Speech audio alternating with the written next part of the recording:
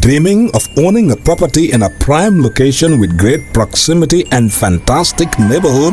EJ Investments Sanyang Seaview Estate is the best choice you have been waiting for. Our Sanyang Seaview Estate is approximately 15 minutes drive away from the busy hub of Brusubi roundabout and into the heart of nature, where you can have a peaceful and relaxed lifestyle with your family. You can buy a finished 4-bedroom story with 5-year flexible payment plan or a service plot with 2-year payment plan option. With over 300 homes, you will enjoy big tar roads with covered drainage, modern electrification with solar street lights, gated entrance with security post, and a breath-catching experience of our beautiful Seaview and Lakeview. You can own a home today at our Sanyang Seaview Estate. Call us today on 446-4838 or 325-9220. Visit our website on ejinvestments.net. EJ Investments, first in property. All right. Honey, did you remind him that the last time he sent the money, it was not enough to buy all the provisions? Oh, sorry, I forgot to tell him. Are you guys talking about money transfer to buy provisions? Yes. But don't you know about Baloo Oh? Baloo? Baloo? What is Baloo? Baloo Oh is a service that your son can use to send provisions directly to you guys from the shop. And you don't have to worry about the exchange rate. Tell me how Baloo Oh works. It's very simple. Just log on to baluo.com and shop, or download the app on your phone. You can shop on the website or using the app to buy online basic products for your family and friends. With Baloo Oh, you decide what your money is spent on. Your money, your choice. Buy online products for your family and friends in the Gambia, Senegal, Nigeria or Mali. Baloo Oh, better than sending money. Stewart Co Solicitors, a legal excellence firm in London that can help you with all aspects of your legal work. If you are looking at immigrating to the United Kingdom, Stewart Co can help you to set up business, buy houses in the UK, and will deal with all your legal works from start to finish. For all your general immigration work, we can help you with that as well. If you apply for any form of visa, whether student visas, settlement visas, marriage visas, or a child wanting to come to the United Kingdom to settle with the family, we can help you to achieve your goals. Stewart Co Solicitors, a legal excellence firm specializing in conveyancing, immigration, litigation, family law, personal injury, licensing, no win, no fee. Contact us today at www.sk-solicitors.com.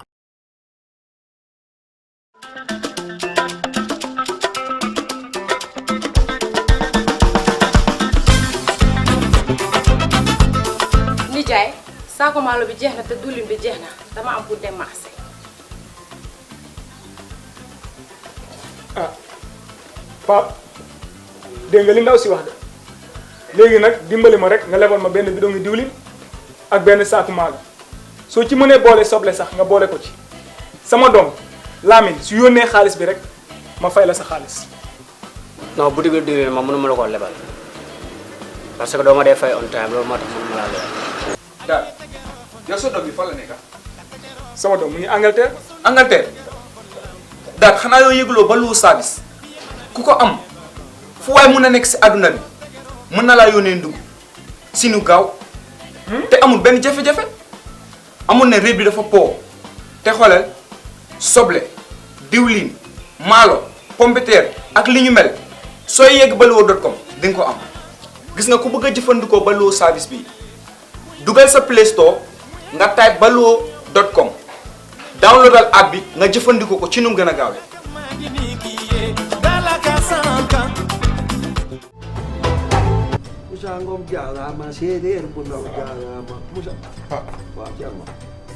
lan la.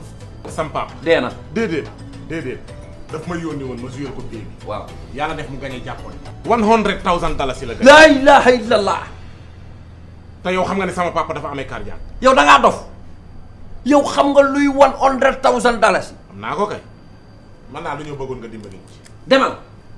na nga def damaa toog rek sama xel mi ne ci yow xam nga bërki démb li daal si benn waay fee waaw ma romb ko rek bërki démb muy yuuxu di tëb ma ni kii lu ko dal ñu ne ma daal ci loto gaming Gambie bi la laal jar na ko laal na ci lu di waaw nga dafa am quarté am kente am tiercé waaw maanaam nag tey jii kente bi la te jackpot bee passé xaalis kente mooy lan kente maanaam mooy juróomi fas yi waaw beneen bi am na quarté mooy ñeenti fas yi ak tiercé tey nag xaalis bi daa gën a yokk lu tax ndax jackpot bële dañ kaa tegaat ci bii maanaam juróomi fas yi boo ko jàppee ci ordre mooy risque nga désordre bi sax day fay bu ma ko jàppoon yooyu moom noonu la demee da ngay dem rek jouer am na lu ma yaakaar man gis naa seen kii yi keesku yu ndaw yi ci biir dëkk bi mais daal dama ni lii moom amul xaalis da nga ciy def sa xaalis del jël wecce rek sànni ko fa xool jëmbat la laa ilaha illallah yow li nga wax ni tey ji bu yàlla dogaloon ma gañe ko lu mu gàtt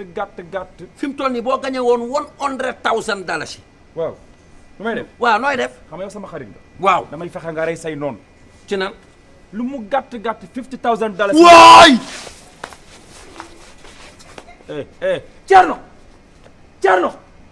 Thierno woowee ambulance lan la lu xew ni sa baay gay dee na sama papa gay lu ko rey $100,000 dalaa ne ko boo ma gàññaloon si li ma la yónni dama ko koy jox mu daanu nii sama kaw man waxuma ko mu waxee woon la ko noonu yow la ko waroon informé ndax yow yaa ko gañe yaa gañe jàppal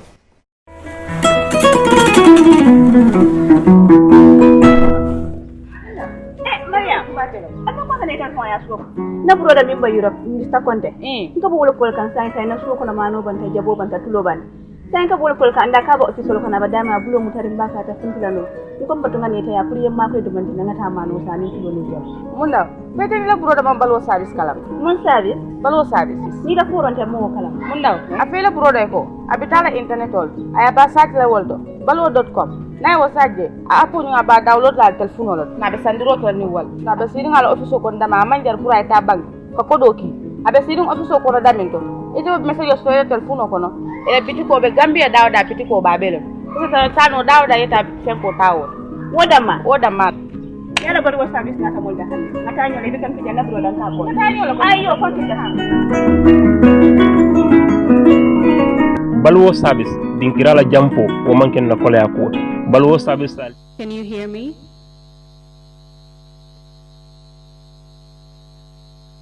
OB Van, I can't hear the witness, or rather the witness cannot hear me.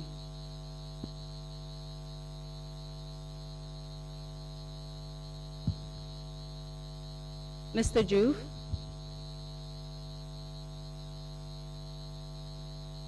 Can you hear me? The witness is waving, but he can't hear me because he hasn't responded.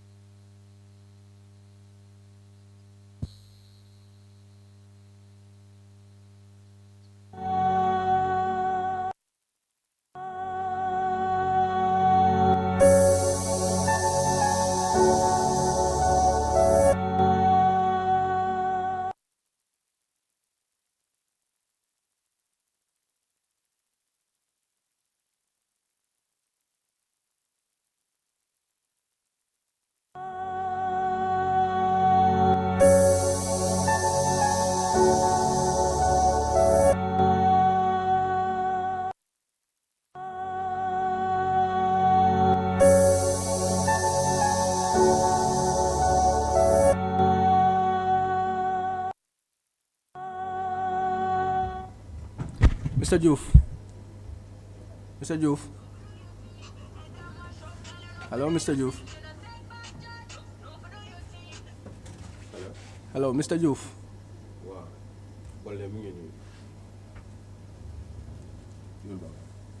Hello, Bagat. Mr. Joof, mo nekk di dégg.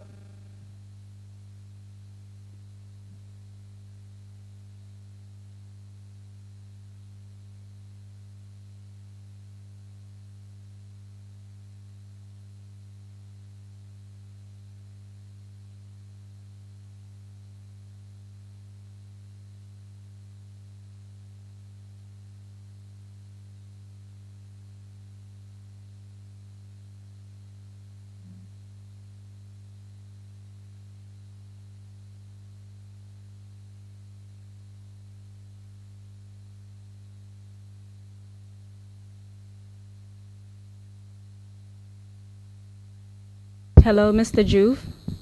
Can you hear me? Hello, Mr. Joof. Mr. Joof. Boy, harama call ko si WhatsApp.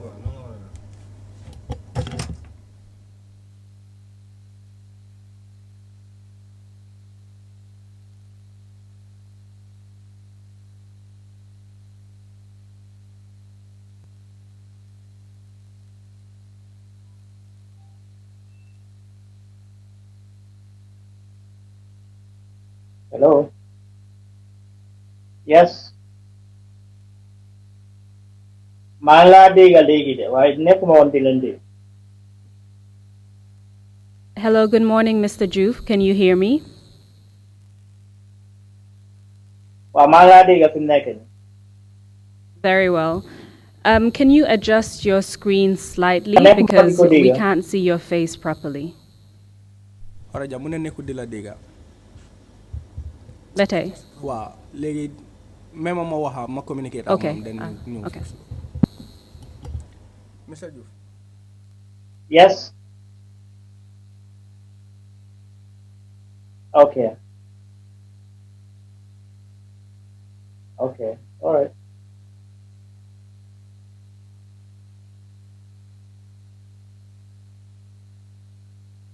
Why am I use earpiece?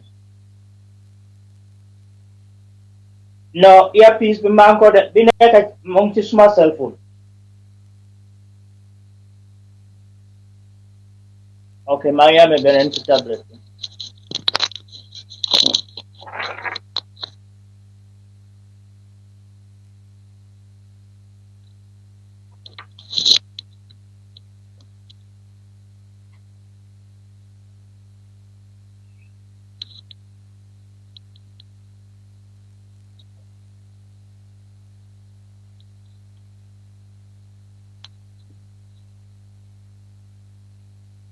Hello. Hello. Hello, Mr. Joof. Can you hear me? Yes, I'm hearing you now. Perfect. And how are you this Yeah. morning? I'm good, fine. Thank you very much for asking. Oraja ñu duga dañoo dugaat dega. Okay. Control room. And then let me know. Okay. Thank you. Okay, Mr. Joof yaa ñoo dega legi. Waaw maa ngi leen a dégg. Okay, jërëjëf. Can I start? Hello? Munad.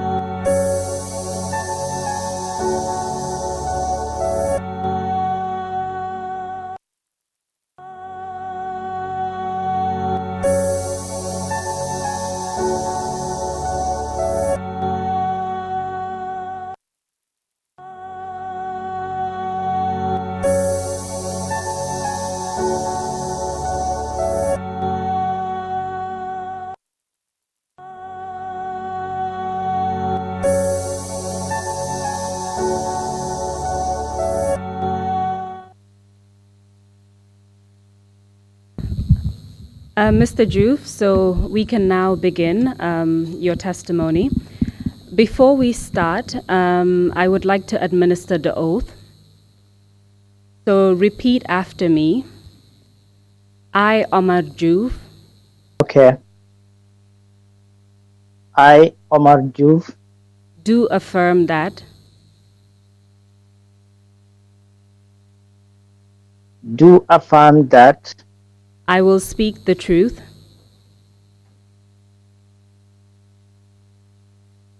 I will speak the truth. The whole truth.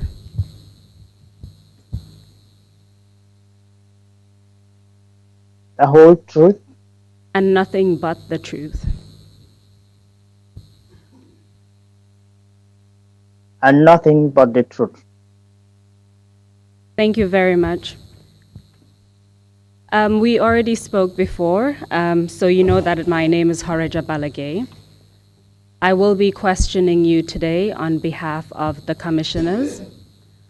I already note that there is a delay in the transmission, so let's be mindful of that, and I will allow you to finish what you're saying, and then I'll start speaking after a few seconds. I would also ask that you do the same. Okay. Do you understand? Yes, I do. Thank you very much. During my questioning, if at any point my questions are either unclear or you would like me to repeat, please feel free to do so. Just Thank ask you. me to repeat.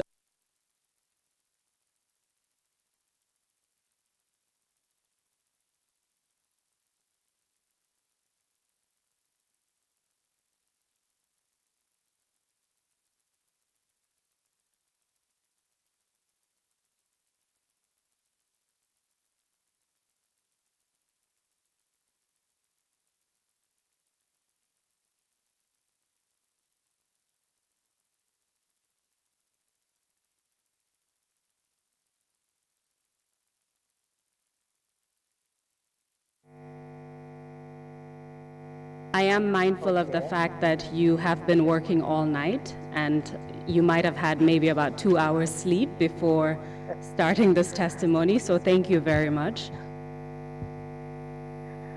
You're welcome. For your testimony, I will focus on 4 main topics.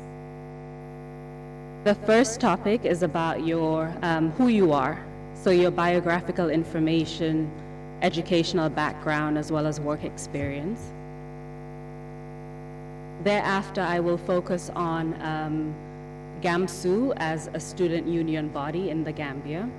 So generally just about the mandate, composition and structure of Gamsu, as well as the ways in which information is disseminated, and lastly, the relationship with state authorities. For the third topic, it would focus on the events of April 10th, for the most part, and to some extent April 11th. We will talk about the incidents that led to the student demonstrations, as well as the meetings that you had with various state authorities. We will also talk about the executive meetings that Gamsu itself had prior to April 10th. And then lastly, the fourth topic would be about events that occurred in Dakar, Senegal. That would be our last topic. Do you understand? Yes, I do. So I will start with the first topic concerning your biographical information. Can you please state your full name for the record? My name is Omar Joof. Can you tell us when and where you were born, Mr. Joof? I was born at Bakote in what used to be the Kombu St. Mary's Division. Now it's called Kanifing Municipal Area. On the 4th of February, 1957. Can you tell us a bit about your educational background, including which schools you attended and the years when you attended those institutions? I did my primary school at Sukuta Primary from 1968 to 1973. During which period, I did that.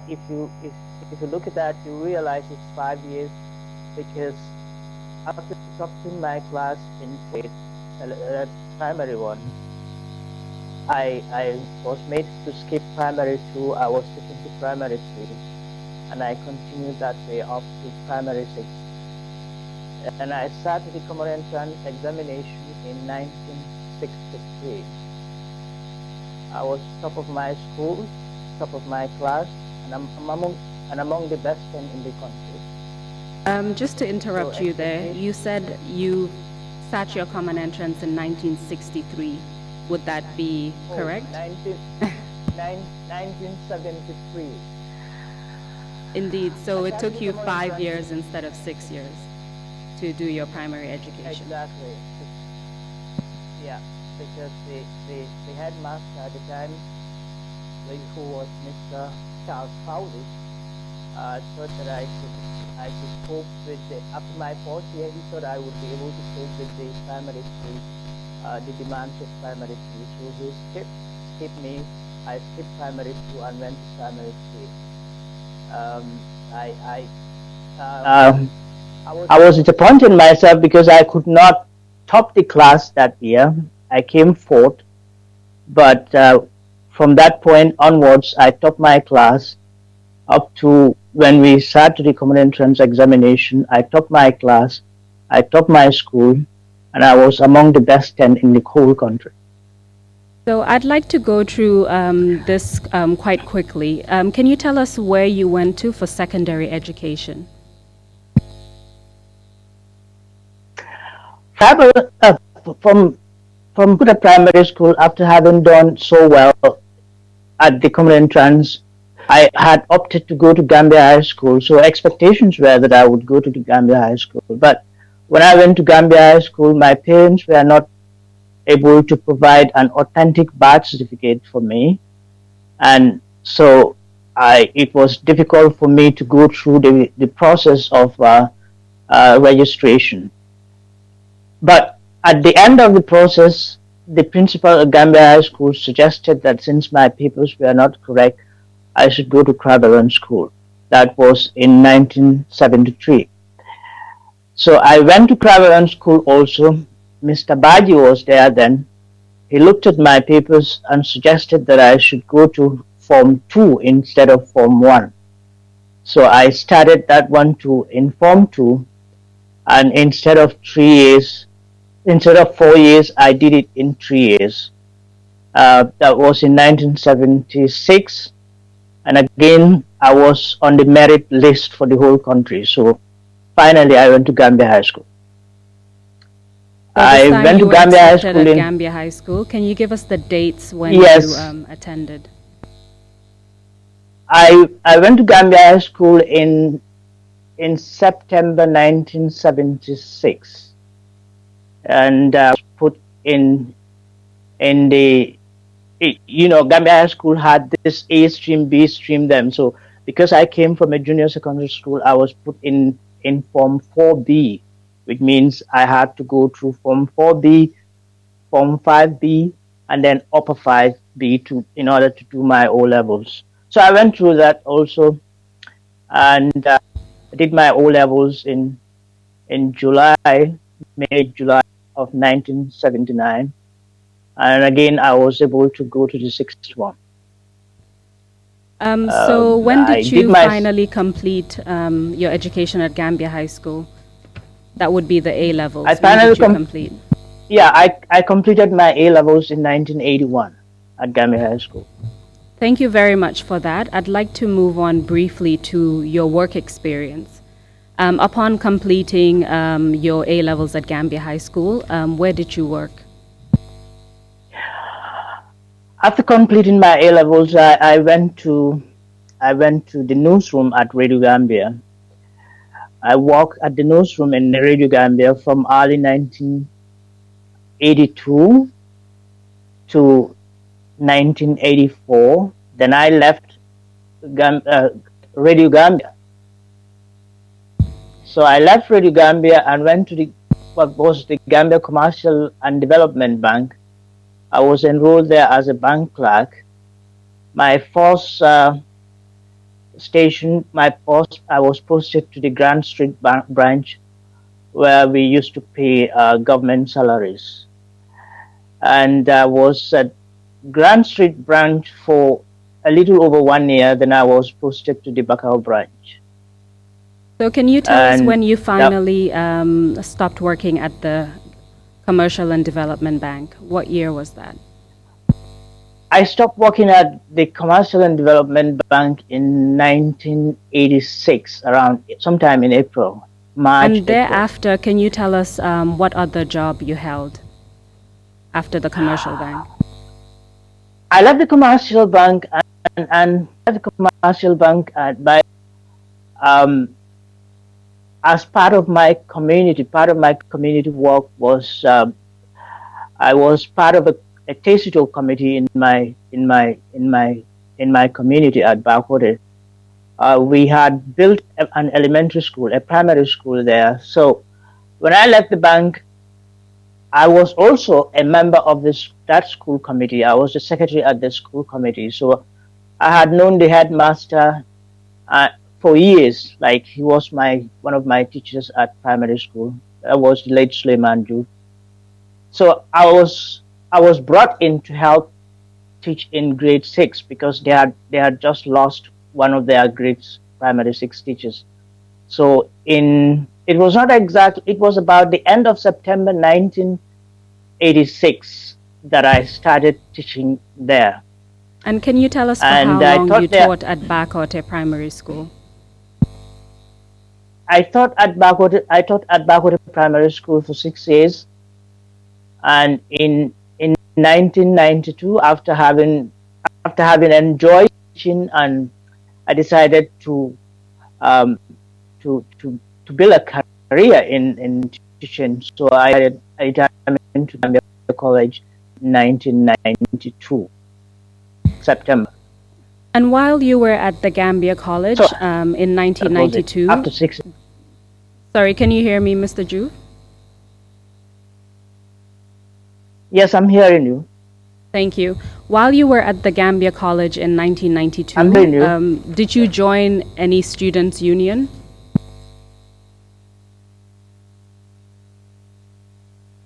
Yes, in fact I became part of the student union. I did not become part of the student union only, but Gambia College had a number of other organizations. Like I first became the acting chairman of the Islamic Solidarity Association, and I was also made secretary of the Youth Front Against Drug and Alcohol Abuse before I was eventually made president of Gambia College Students' Main Union.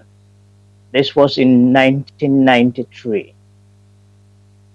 And can you tell us for how long you held that position as president of the Gambia College Students' Main Union?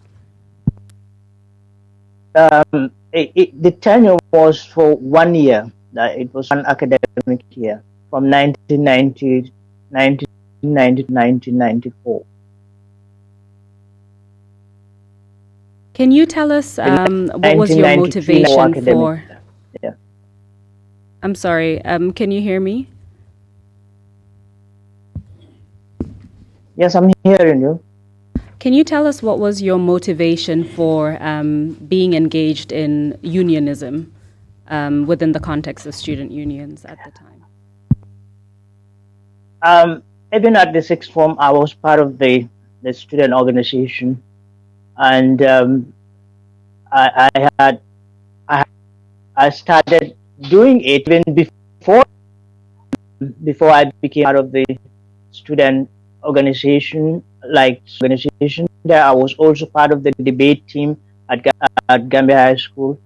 So, and I was engaged in sports, in other community activities. So, and some of the teachers, some of the students who were at Gambia College knew about my activities in the community and previously in the student movement at Gambia High School. Sixth form, what we call then the sixth form union. So I was identified, and it was suggested to me by the one who was the president of the Students' Main Union, was then Ibrahima Kanute and the others. So Ibrahima Kanute and the others, they were the ones who suggested that they would like me to run for president, Gambia College Students' Main Union. And while you were president of the Gambia College Students' Union, did you also hold another position simultaneously in another union? Yes, while I was president Gambia College Students' Main Union, I also became vice president of Gamsu. Now, this is how that went about.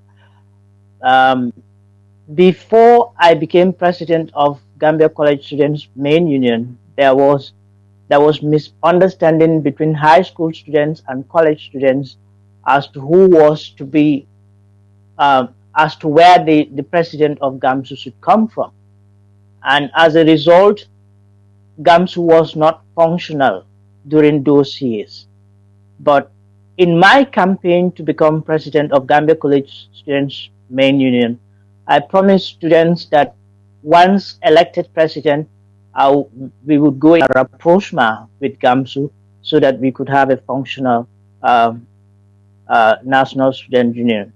In fact, I was made president Gambia College Students Union Main Union out through the polls unopposed, and then we immediately started contacts with Gamsu, and then we started putting the National Student Union together again and making it functional.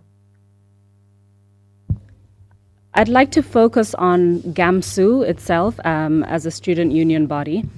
Can you tell us a bit about what was Gamsu's mandate?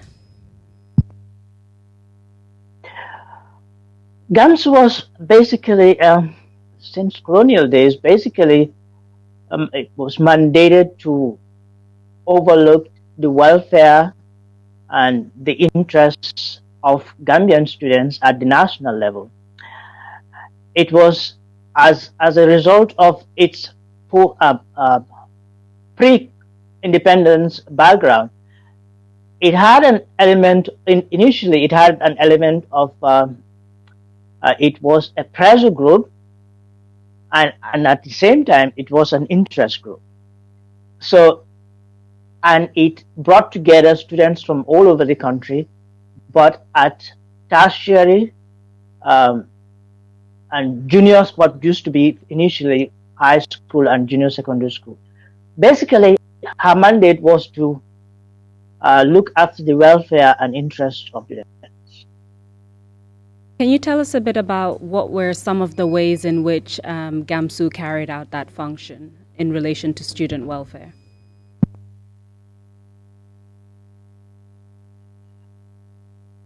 Gamsu had two organs. It has always had two organs. That's the general executive and the central executive. And it has organs as well, like besides those two organs, it also has the social committee and advisory committee. Now, the social committee is mainly used for fundraisers and things like that.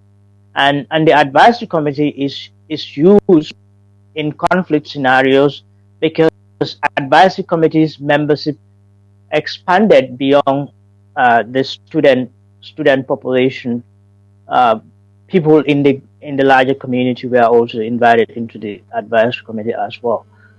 So we organize those functions. We organize here during the International Students' Day, which normally falls around the 7th of November every year.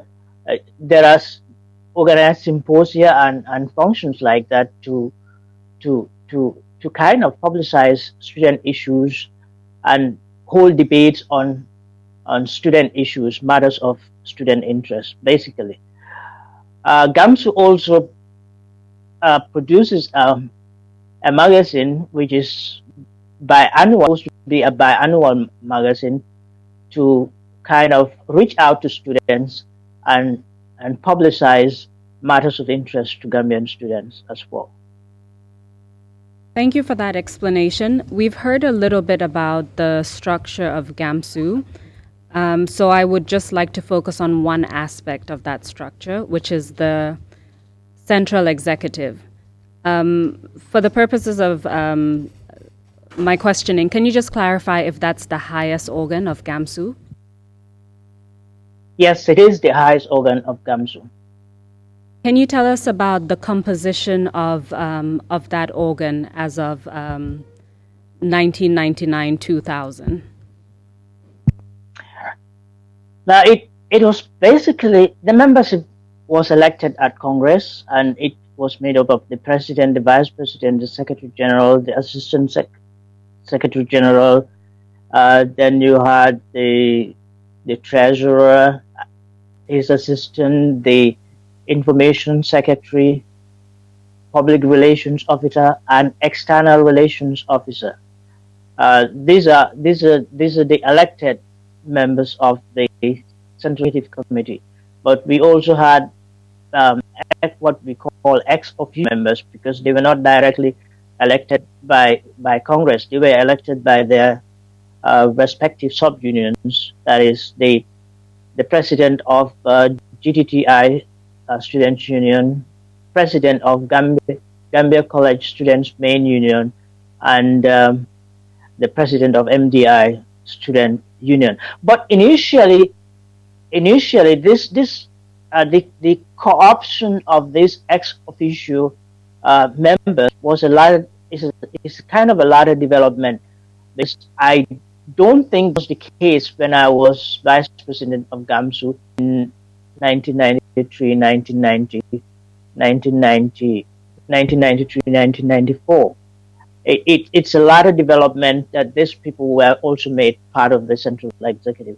So generally, the central executive, as of the period you have had to, consisted of 15 members.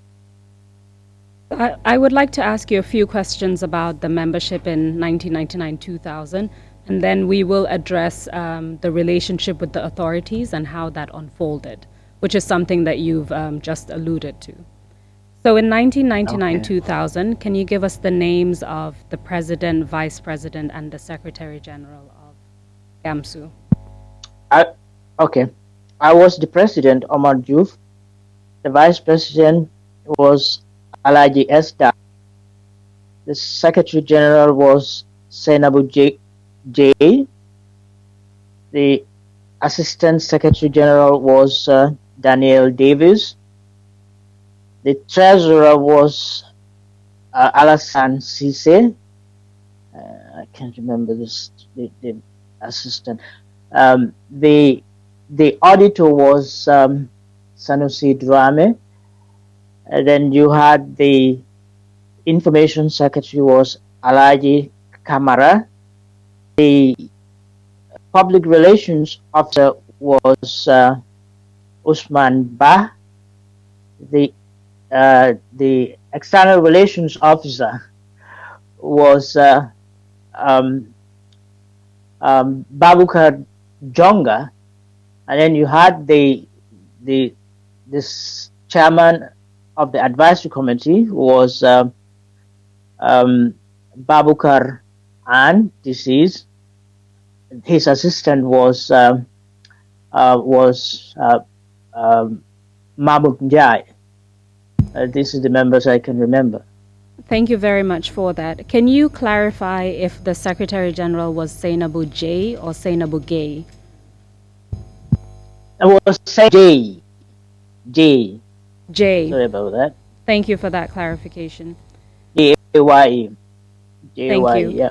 You mentioned earlier that one of the ways in which Gamsu disseminated information to students was through the biannual magazine. Can you tell us what were some of the other mechanisms that Gamsu used to disseminate information to students, to its student body? Traditionally, information was spread through, like when we had meetings, we also had, as of that date, we had, as of the period you have referred to, we had some very active regional organizers, and we would always also, and we had phone contacts with them, and we would always send information through them to the regions also. We would do that, and by that time we had also acquired some. There was a cell phone for the secretary, for the president, and so that we had started using that modern technology to make calls and spread information as quickly as possible. Yeah. In terms of information flow from the executive to the regional representatives, would that go through the information secretary, or would that be directly from the entire body to the regional representatives?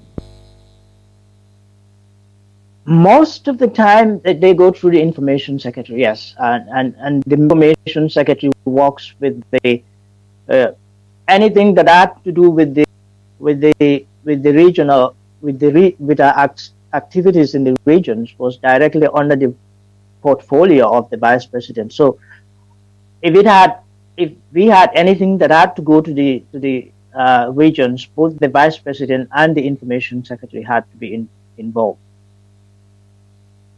And generally, what was the format of the information that was disseminated? Was it written? Was it oral? Was it a combination of both? It was a combination of all of those. Like we would send letters, we would make phone calls in the latter days.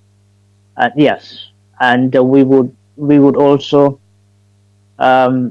Students are very good at spreading information by word of mouth. So we were doing all those things, all of them. It was a mixed basket. What about access to the media? Did Gamsu have access to the media as a means of disseminating information to the student body?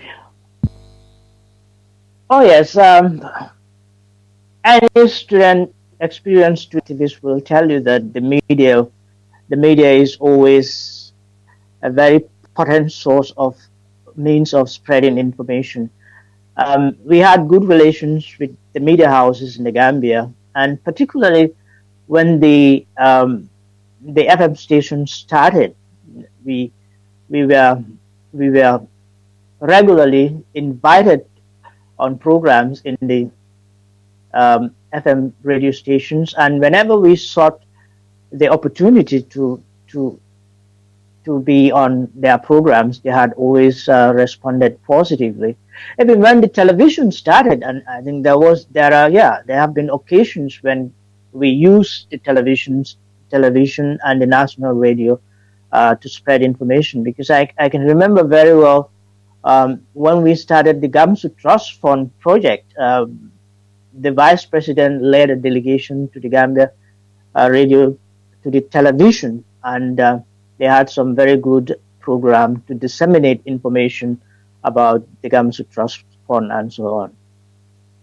So we had access to those things like radio, television, and the print media. Yes, we had access to all of them. So, Mr. Joof, in 1993 to 1994, you were the vice president of Gamsu.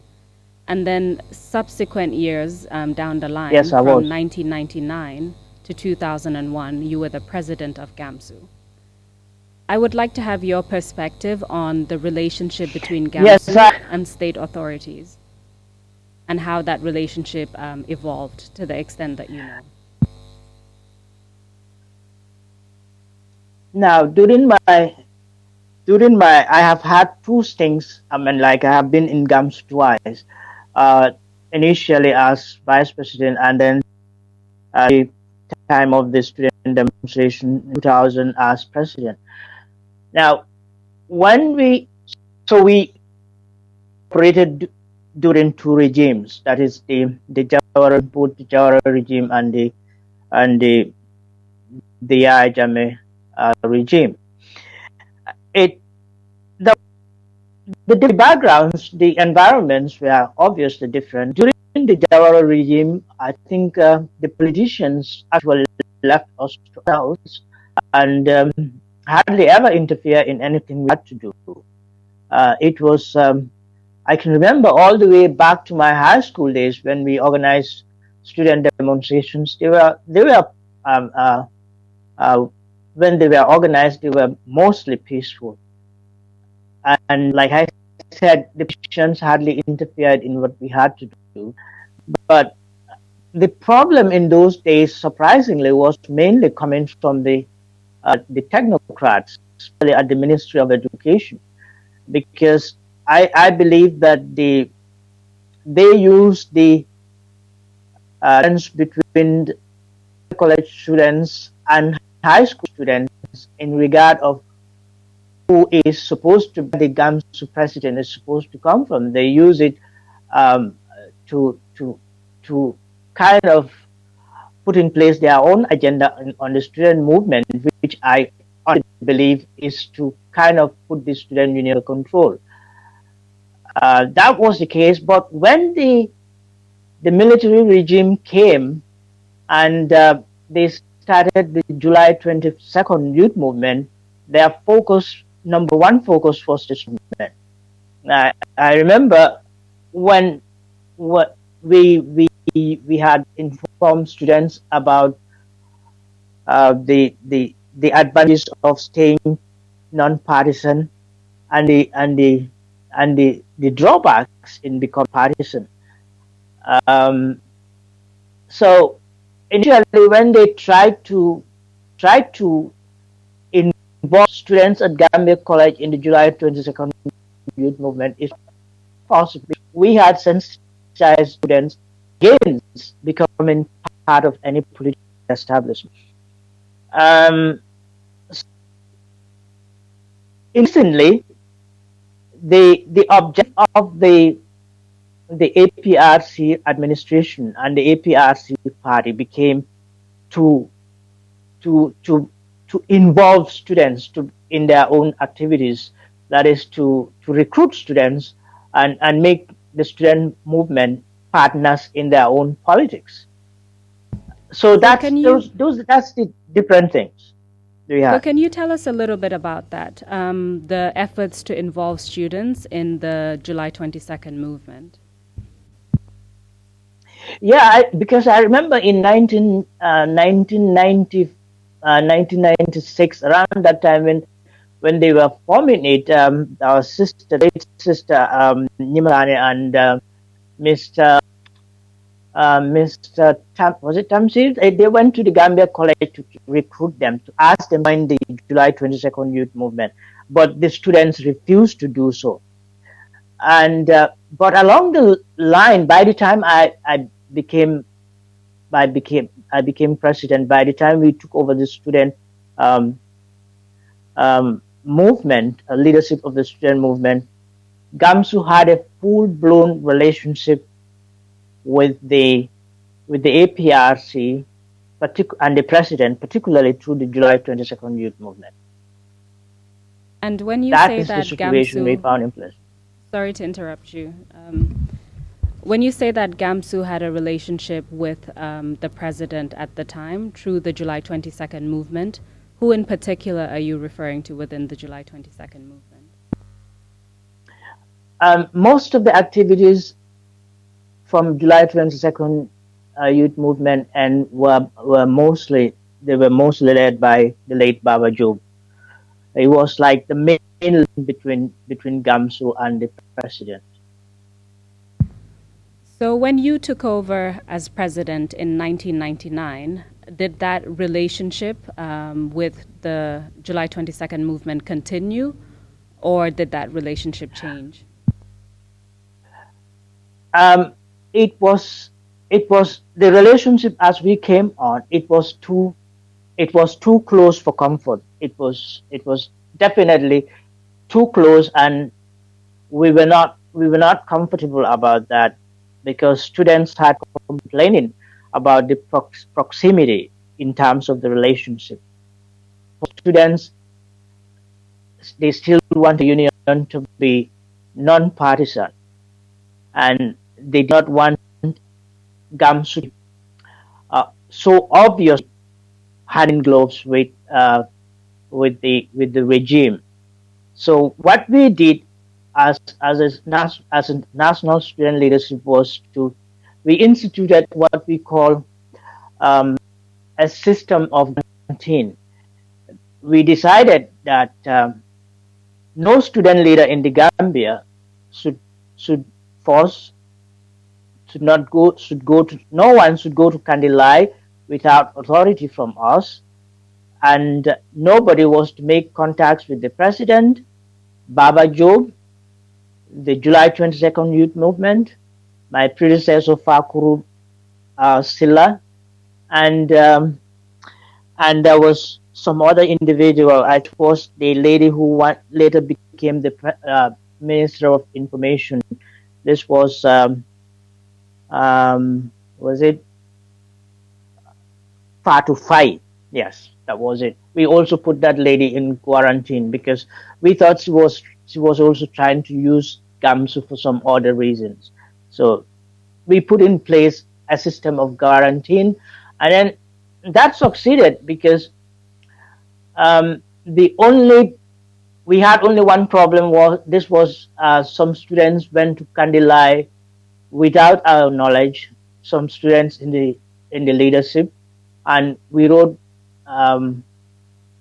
warning letters, strict warning letters to all of them. So, although when you came in as a new executive, you put in place a system of quarantine, so preventing any contact between members of Gamsu and the persons that you've mentioned, other than yourself as president. Can you tell us whether you had a good relationship with the authorities in spite of that, or a bad relationship prior to March 2000? Up to that point, when we started initially, we started off, we inherited a very good relationship. So we maintain it because, as I have already alluded to, we are a pressure group, but we are also an interest group. As I remember way back, we have had opportunities to explain this to the authorities, especially when Sana Sabali and the others visited us at Gamsu College. But we had good relations with the regime because that was what we inherited. So we kept it, we maintained it. Now, when we made that quarantine thing, we instituted better contacts, improved contacts with the Ministry of the Department of State of Education. We started making monthly meetings having monthly meetings with the SOS of Education, her team. So while we were trying to scale down our contacts with the political class, we were simultaneously developing contacts with the technocrats because we felt that with those people, our non-party status would never be tampered with. So you mentioned very briefly the meeting that Gamsu had with Sana Sabali. Can you just give us the date, and then we'll move on to other issues? Yeah, we had that was during my first stint as vice president of Gamsu. That was at the Gamsu College around the 19th of November, 1994. So, as you said, you inherited a good relationship with the authorities, and this continued. Can you tell us? And now I'm focusing on March 2000. Can you tell us generally what your role as president was at the time? Generally, as president of Gamsu, you coordinate the activities like I have explained. You are the chairman of this Central Executive Committee, so you organize those meetings in collaboration with the Secretary General. You build up your agenda, and when you get to the meetings, then you split the Secretary General, whatever is made up in terms of agenda, hand it over to the president, and you proceed with your meeting. And the president also coordinates the activities, follows up whatever mandate or whatever assignment is given to other members of the executive committee. You follow up those things as they execute those plans on the ground. And like I have already alluded to, when it had to do with the provinces, you will always have to do that through the vice president and the information secretary.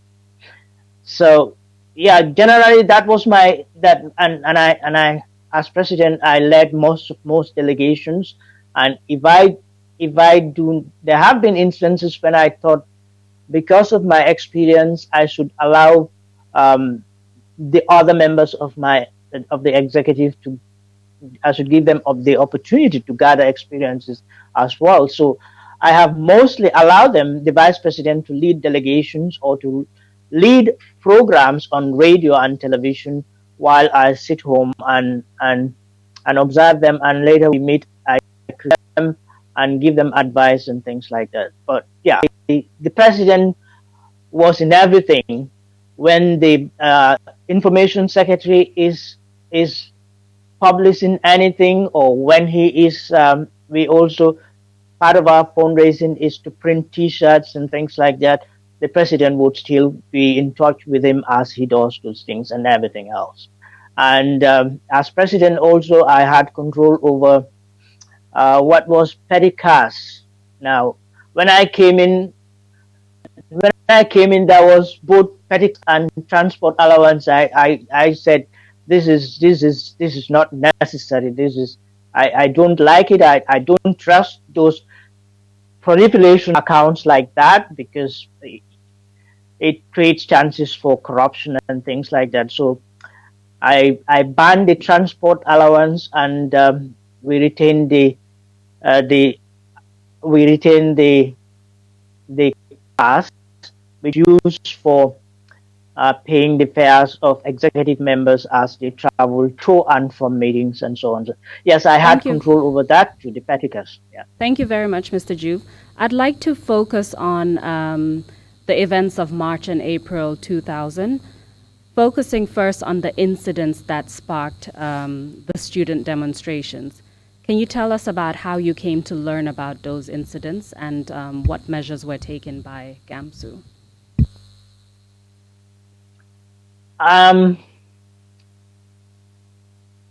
From around the weekend of the 9th, 10th, 11th, or was it 10th, 11th, 12th, that is Friday, Saturday, and Sunday, I had come home from the provinces with some other members of the executive committee. We had gone out to sensitize students about the Gamsu Trust Fund. So when I came home, I found a note there from an ex-official, a co-opted member of the Central Executive, Molo Sow, or is it Molo? That's his name, Molo. I can't remember the family name now.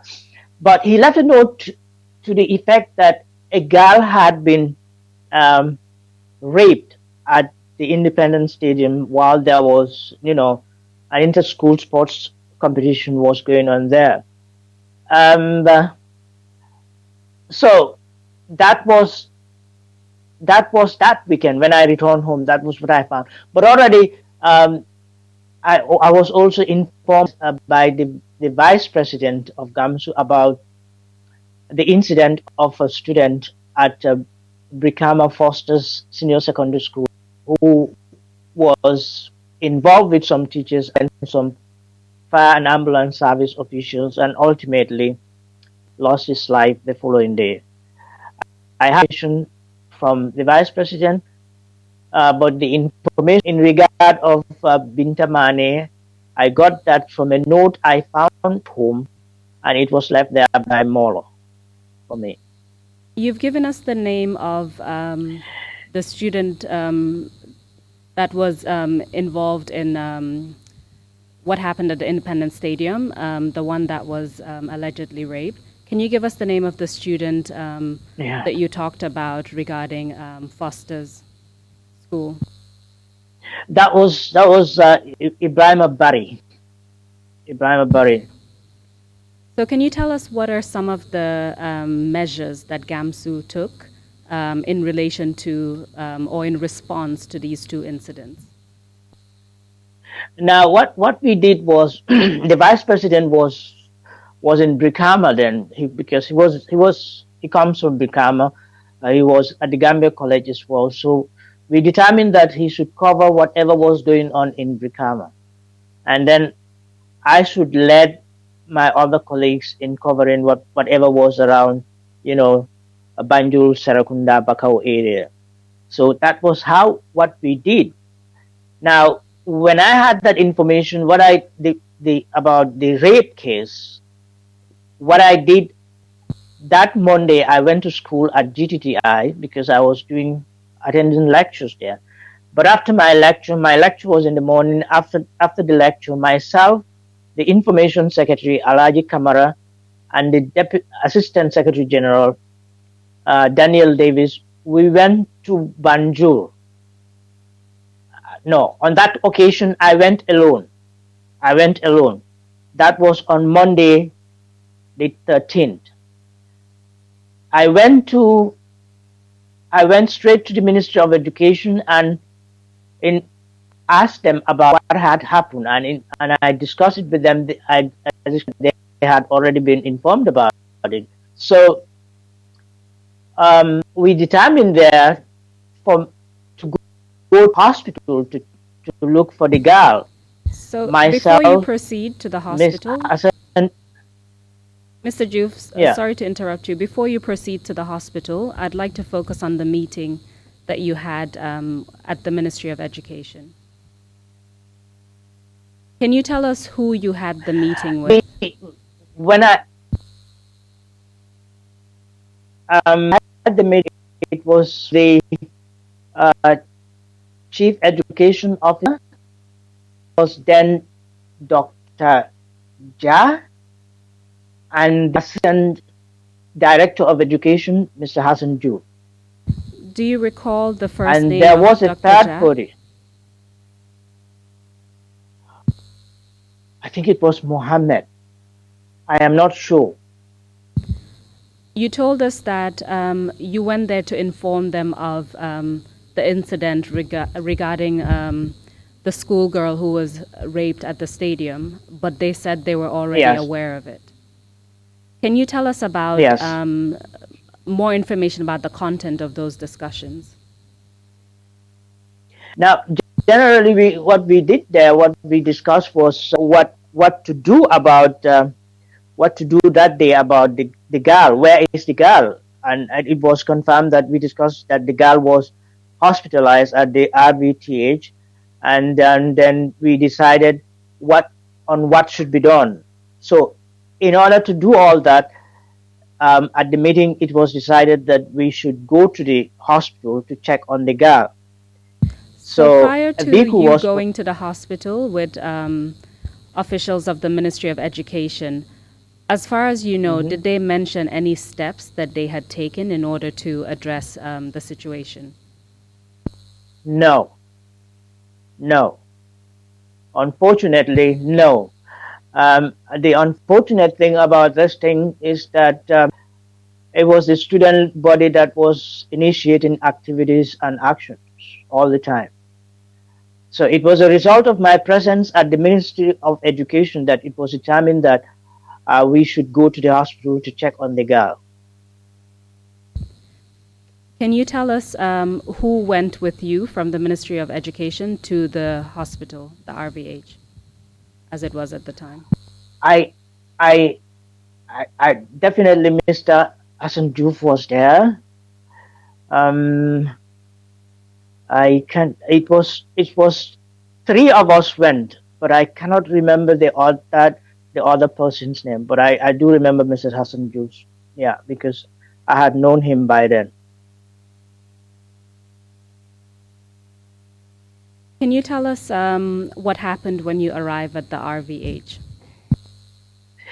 Now, when we got to the RVTH, we were told that the girl had been discharged, the senior nurse in the ward at the gynae ward where she was hospitalized, she pulled out the girl's hospital card and read what was written on it for us, which was like an explanation of what had happened to her physically, and it in other words,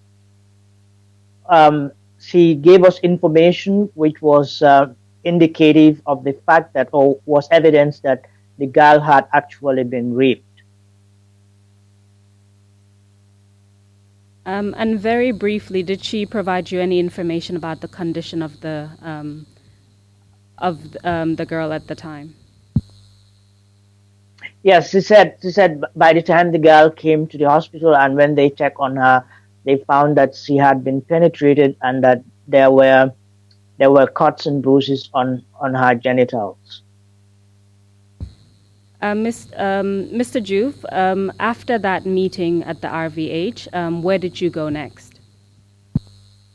Now we were told that the girl left with her teacher, her head teacher, and sports teachers, but they left for Gambia High School because Mr. Willika was also there, and because he was the chairman of the school's intersports committee at the time. So we thought they had gone to Gambia High School, so we went to Gambia High School first. When we arrived at Gambia High School, we were told that they had gone to Bakau police station, but that's because that's the police station with jurisdiction over the area in which the incident took place. So we proceeded to Bakau police station, where we found the girl, her two sports teachers, and the principal of our school. Do you recall the names of the two sports teachers as well as the principal of the school? Yes, the principal's name was Mr. Mendy, Mexican Mendy. I knew Ibrahim, the male sports teacher, because he was my colleague at Gambia College, Ibrahim Abba. And I remember the name of the female sports teacher because I ended up taking her and the girl to my place at Bako. Her name is Mariama Kamara. Miss Kamara, yeah. Just a point of clarification. You mentioned that the name of the principal was Mr. Mendy. You mentioned the first name being Mexican. Is that correct? Is that what you stated? I am not sure about that, but I think that was I'm not sure about the first name. I would generally call him Mr. Mendy at the time. Okay, that's fair enough. This is based on your own recollection. Can you tell us what happened when you arrived at the Bakau police station? Now, when we arrived at the Bakau police station, there were two things that we needed to do. One that they needed to do. One was the issue of a case file for the thing, and the other thing was we had this question of parade. So sorry, can you say that again? What kind of parade? The two issues: identification parade. I mean, because there was need for the girl to identify the person who allegedly raped her.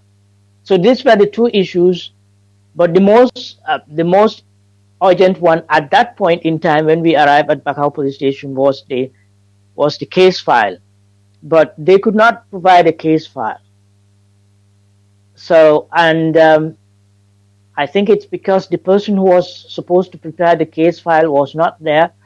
So they suggested that we come back the next day.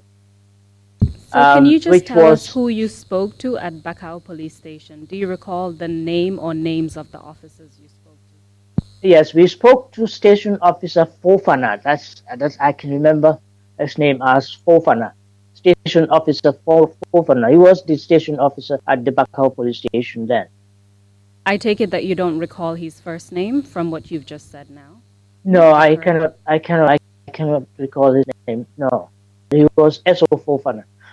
Now, at the end of the day, we were not able to get the case file, and of course, the identification parade had to be planned in.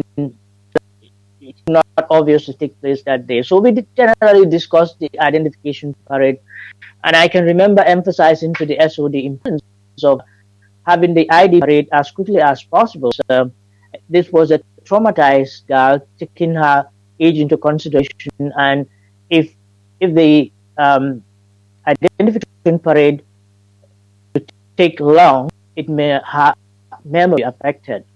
So we discussed those things. It was concluded that we should return the following day, which was the Tuesday, the 14th. So So we can you had tell this us? issue of. Please proceed.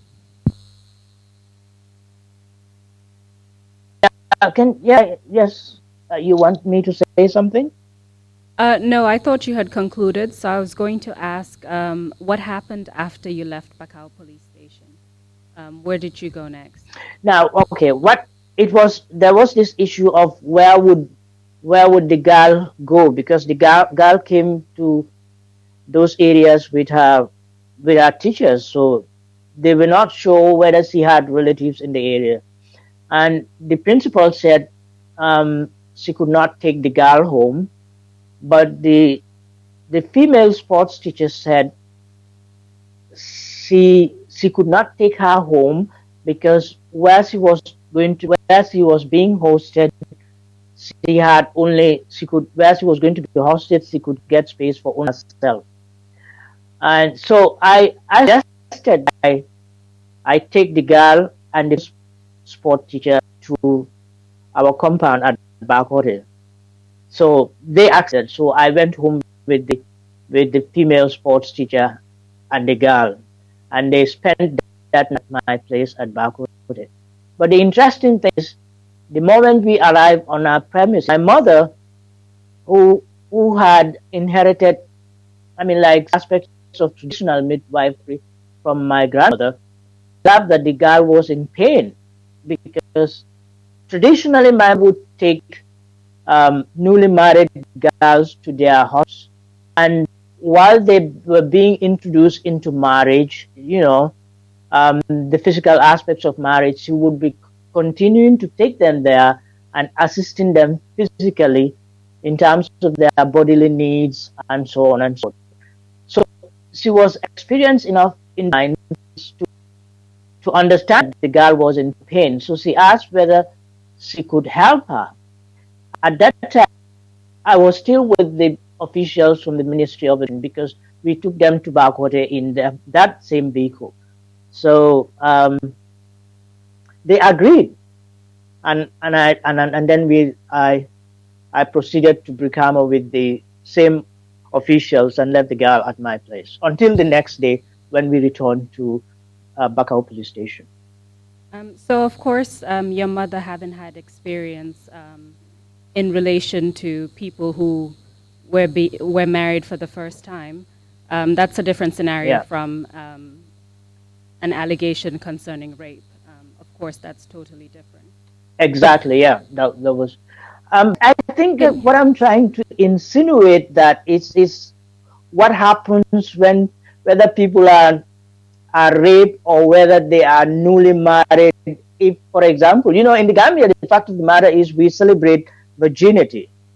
So when girls are newly married, they wanted to identify that, and obviously when there is still an element or some aspect of physical injury that needs to be treated. That's what I'm insinuating here. I'm just trying to be careful with the language. Indeed, I can tell. And your point is that she was visibly in pain.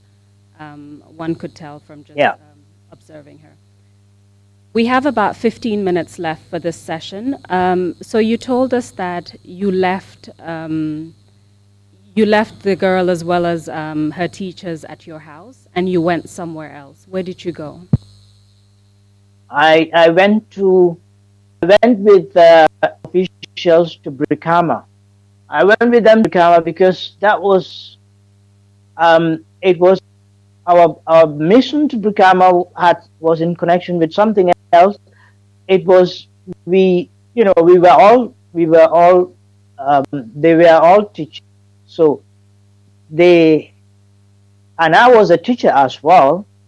So it was about the time that they were giving out the 1/6, and they wanted us and the team that was given 1/6 in the in Region 1 and so on had already left Banjul, and they were supposed to be in Brikama. So that was the reason I proceeded to Brikama with the officials from Ministry of Education.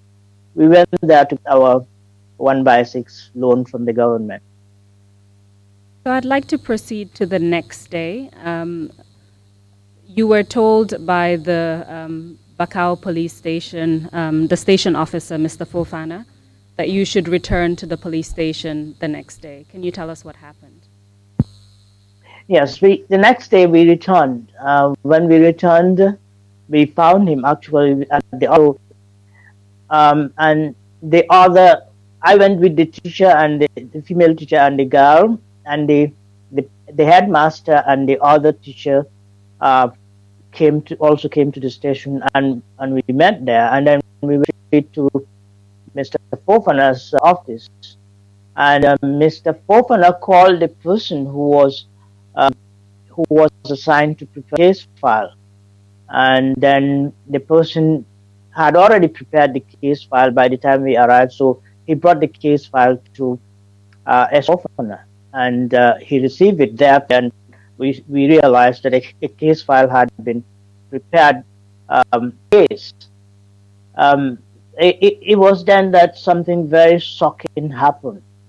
Mr. S.O. Fofana then, after having received the case file, took the phone and made a call. It was those phones in the past, we had those phones, they were not digital, so when you're dialing it, you turn it round, the numbers round. And it was when you are very close to somebody using them, you could hear what they were saying. I was the closest sitting to Mr. Fofana because I was at the edge of his table. He made the call, and someone received the call, a male. When he spoke to the person and told the person that the case file had been prepared and was ready, the person told him categorically and very clearly to me to take it easy with this case. You've already told us that you were sitting very close to Mr. Fofana, and so that's why you could hear what was being said on the other side of the line. Do you know who he was talking to? I don't know who he was talking to because he did not mention a name.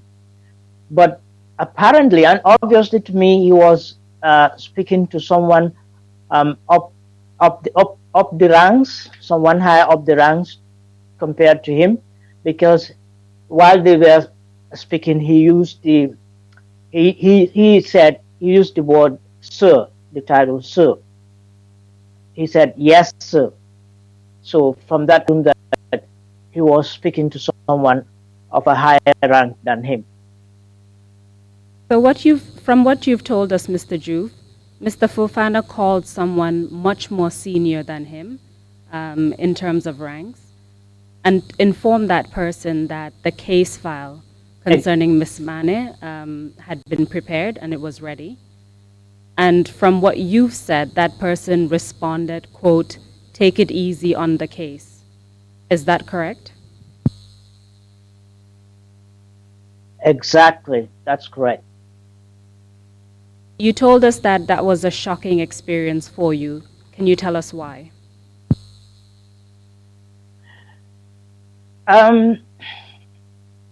My interpretation of the case, I mean, like I am not someone who is normally pessimistic. I started to be pessimistic about the case from that point because I don't know why, but from that moment I started to suspect cover-up, and I was really. I would still like to focus on the events in the office itself, Mr. Fofana's office. After he hung up the phone, was there any discussion about the conversation that he had just had on the telephone? After he hung up, the first thing I observed about in terms of his body language was confusion, like frustration, like he has come against a wall. That was what I could read from his body language. Did you or And- anyone say anything to him about what you had just heard from the caller on the other line, on the other side of the phone? No, no, I am not even sure because I have never discussed it with the other parties in the office. Then I'm not even sure whether they have had it because I am sure no one has ever discussed it with them because I did not. So I don't know about them because the interesting thing is from that point onwards, as the leader of Gamsu, I became very obsessed about having a resolution to these issues than sharing any information with anybody which might jeopardize that that attainment because it was shocking to me and I believe it would have been shocking to other people, other parties if I had told them about them, if I had told them about it. So I kept it to myself and still believe that we could find solutions to these issues. So just to make sure I understand, having heard a senior officer, presumably, a senior authority figure, tell Station Officer Fofana at Bakau Police Station to take it easy on Miss Mane's case file, your decision was not to discuss it because you didn't want to aggravate the situation. Is that a fair... Exactly. Okay. That's a correct assessment of my position. Yeah, that's right. Thank you very much. What about the content of the case file? Did you at any point, were you informed of the content of the case file, or did you, were you allowed to see the case file? No, we were not allowed to see the case file, but we saw the case file physically, the physical file, and yes, and we left it with Mr. S.O. Fofana. And as far as you are aware, based on your presence the day before as well as that second day at the police station, do you know if a statement was taken from Miss Mane at all? At the police station, yes. Miss Mane and the teacher, they all gave statements at the police station. You mentioned that following the conversation that S.O. Fofana had, you sense a change in the attitude of the police regarding the case. Can you tell us more about that?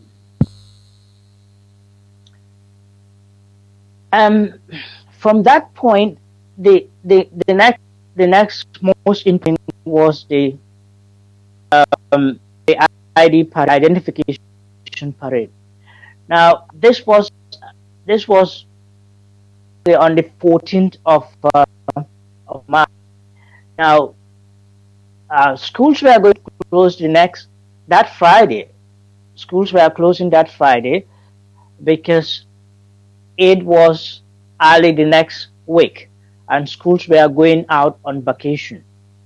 So if, for example, an ID parade is not held between that Tuesday and Monday, then it means it would not be held again until people come back from the Eid, which was going to be on the 20th then.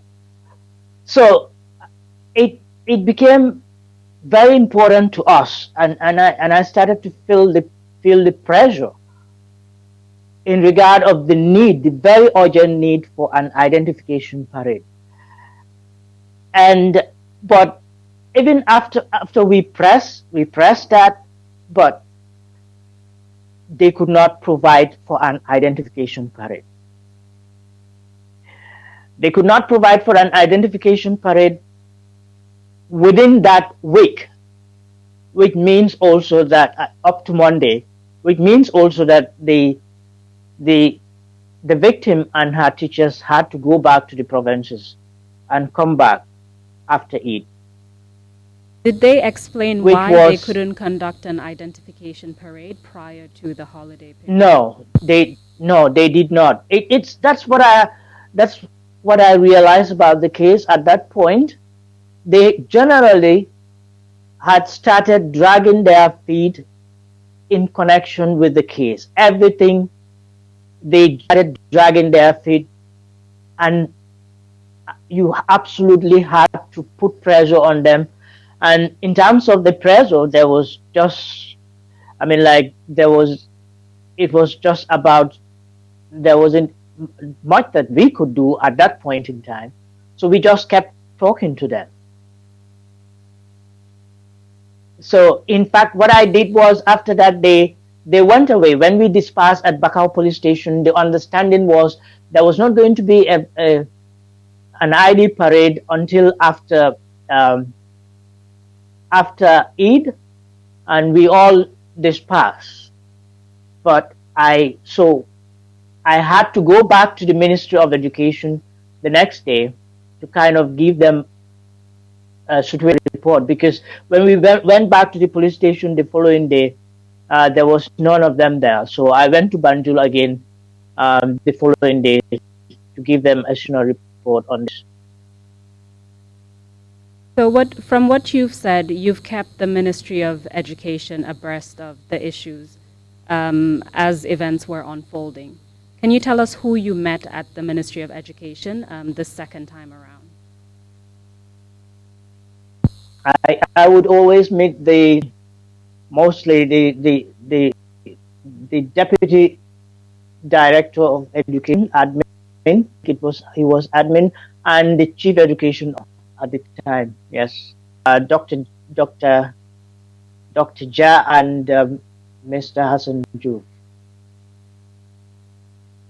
And what was the reaction of the officials at the Ministry of Education to your update? They didn't like, of course, they didn't like what was happening. They did not like what was happening.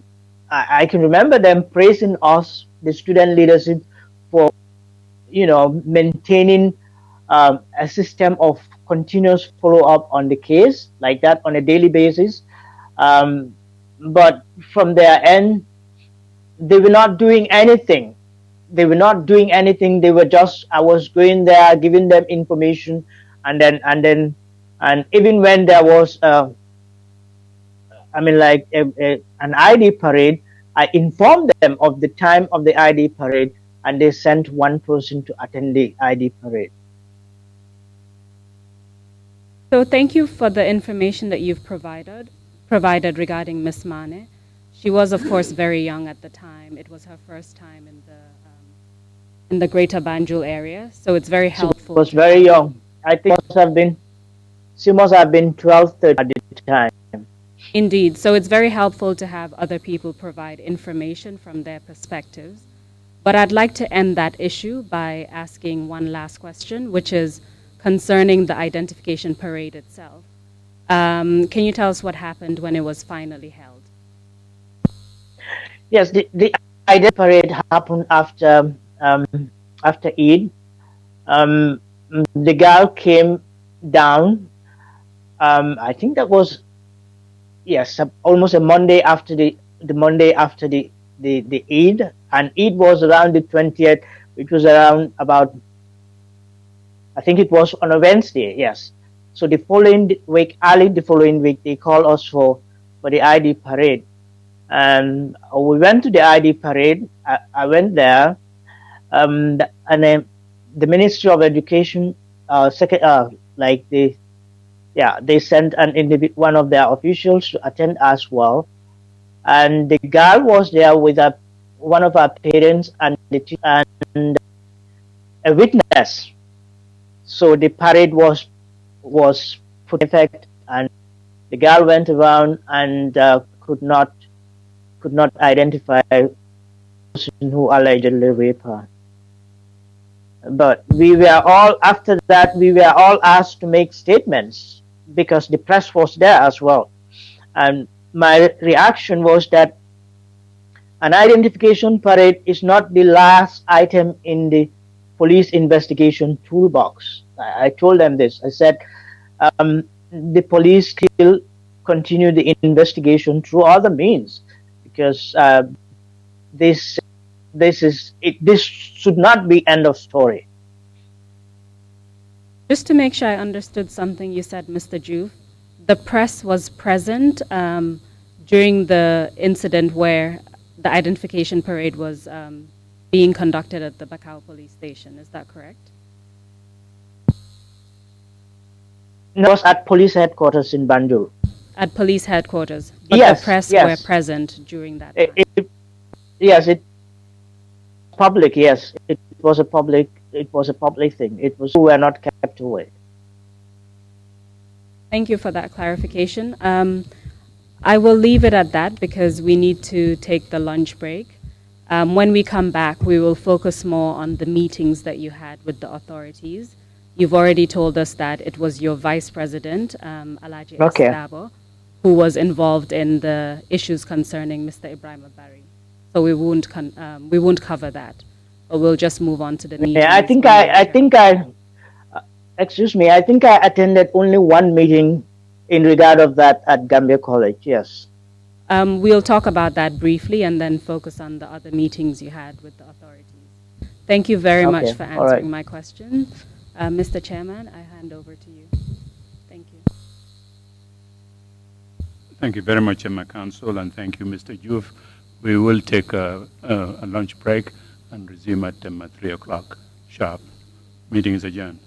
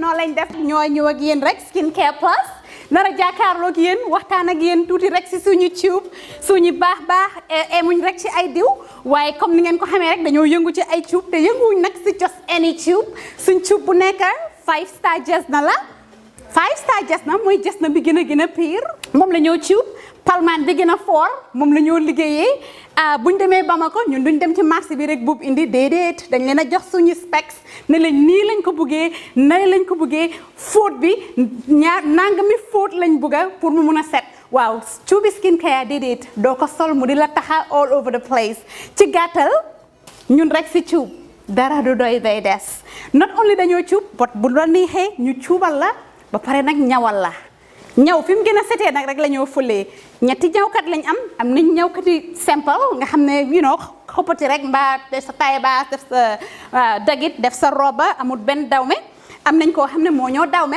dawme jigéen den am nañ tamit special ñawkat boo xam ne ñawi góor rek la ñoo defal nga bugg sa his and hers muy korité muy tobaski mbaa muy ngénte muy takka mbaa nga bugg rek def sa yëkka bu baax a baax daagul ba ñëw skincare plus ñu dimbali la tànnal la cuub fam gën a baaxee ndax sa yëkka gën a foor lii nga ne lan xoolal bi takka la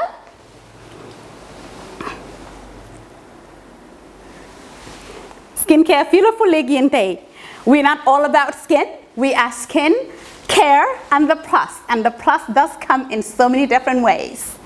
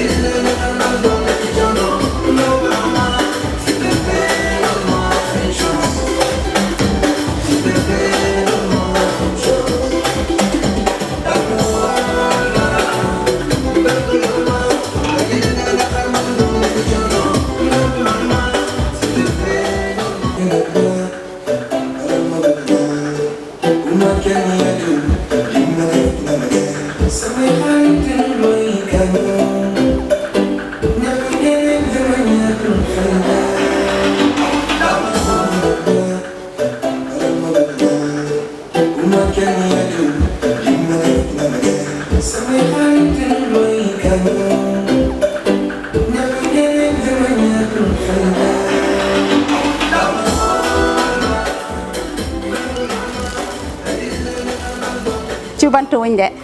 Then chubem sap sap.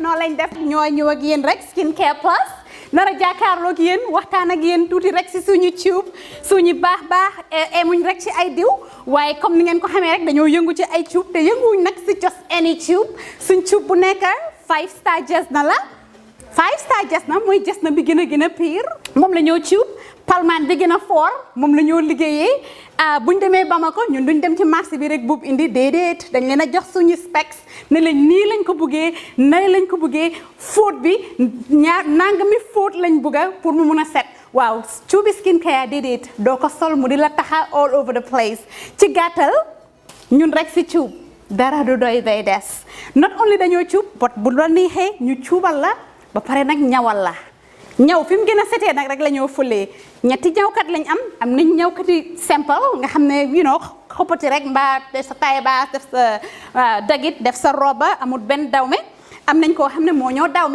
dawme jigen den am nañ tamit special ñawkat bo xamné ñawi goor rek lañoo defal nga bëgg sa his and hers muy korité muy tobaski mba muy ngenté muy taka mba nga bëgg rek you know def sa yëkë bu baaxa baax dagul ba ñëw skincare plus ñu dimbali la tanal la ciup fam gëna baaxé ndax sa yëkë gëna fort li ngene lan xolal bi takala